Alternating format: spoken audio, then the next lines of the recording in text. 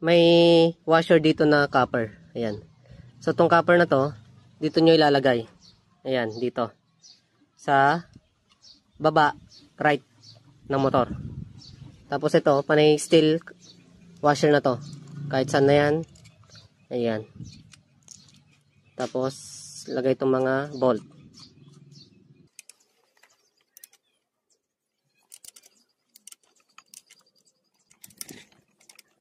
Okay. So, yung paghihigpit dito, nag-spring naman yan. Ayan. Pag nag-spring na, goods na yun. Ayan o. Nag-spring siya. Tapos, ang pagpapigpit, gamitan nyo lang ng wrench na ganito. Huwag nyo gagamitan ng socket wrench kasi masyadong malakas yun. Ayan.